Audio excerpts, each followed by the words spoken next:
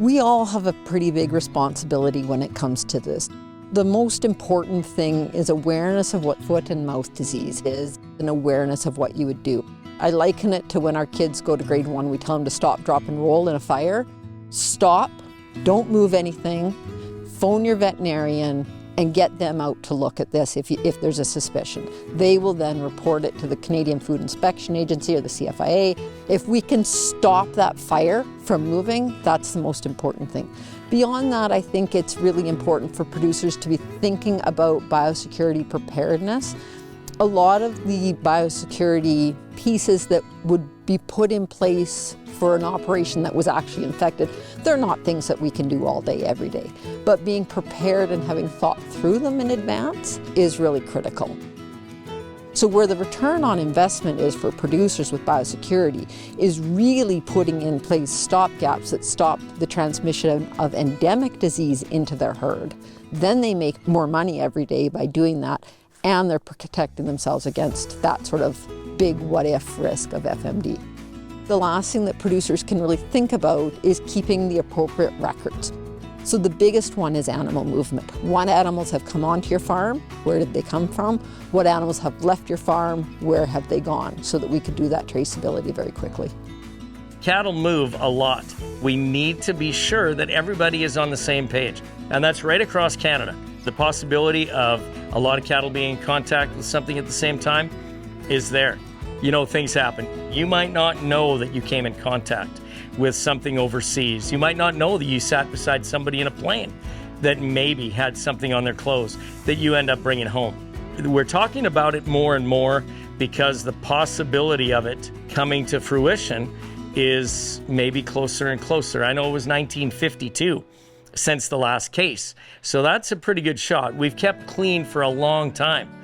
But as I said before, people travel a lot more, and there's a lot more of it around the world in countries that a lot of Canadians go to on a daily, weekly, or monthly basis.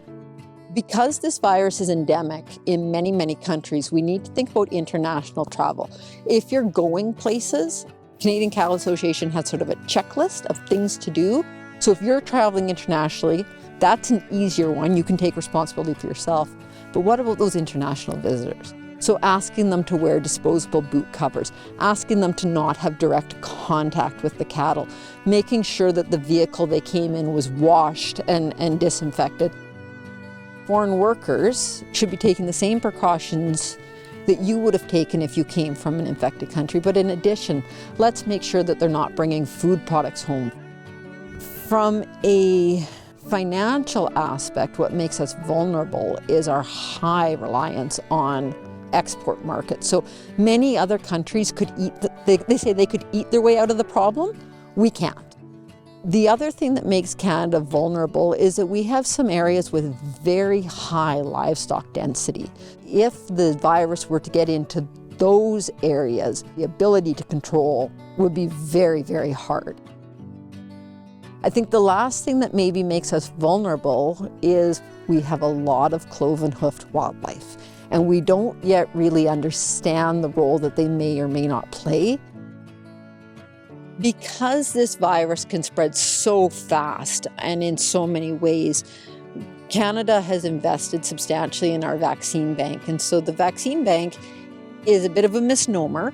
It is actually FMD antigen that is stored in essentially the equivalent of semen tanks that we could make into FMD vaccine very rapidly. I hear producers say, well, why don't we just vaccinate for it all the time like we would our endemic diseases? If Canada were to vaccinate for foot and mouth disease today, we would lose our international trading status of foot and mouth disease free without vaccine, which is exactly the status that we're trying to get back to because that's the preferred trading status. It's not always somebody else. It can happen to us. There's just so many things that us as producers can do, and biosecurity is at the top of that list.